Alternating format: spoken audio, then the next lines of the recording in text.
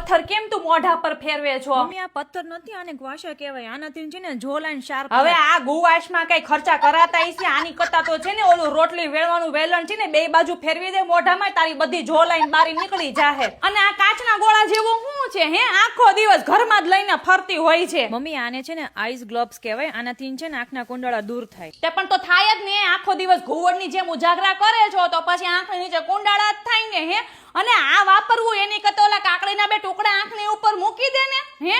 આવા ખર્ચા કરવા કરતા આપણો ખાવણીનો દસ્તો હું તને નડતો તો ઈ જરીક આમ ફેરવી લીધું હોત તો. અને તું મને એમ કેતો આ કોનું ડ્રીલ મશીન લઈ આવી છો? ડ્રીલ મશીન નથી, આને ફેસ મસાજર કહેવાય. આનાથી ફેસ ટાઈટ થાય. લ્યો બોલો, લોકો ઓલા કુકરના સ્ક્રૂ ઢીલા થઈ ગયો ને એને ટાઈટ કરે ને તારે ડાચું ટાઈટ કરવું છે. અને આમ જોતો ખરા એક તો આના પગે ત્રાહા બાંગા છે ને આ હું તારું ડાચું ટાઈટ કરવાનું હતું. અને તારા લીલા કલરના રમકડા ટાઢા કરવા ફ્રીજમાં મૂક્યા છે ને એને અહીંથી લેન મારે મૂકવી છે બરફની ડીશ.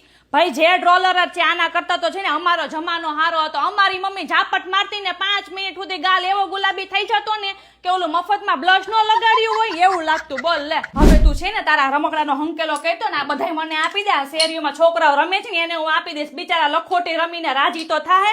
અને આ છે ને આદુ ખાંડીને હું ચા બનાવીશ. તું આખું બ્યુટી પાર્લર છે ને હાથમાં લઈને રખડે છો, ફોટા પાડે ને તોય તારે ફિલ્ટર મૂકવું પડે છે. હું કામનું તે આ બધું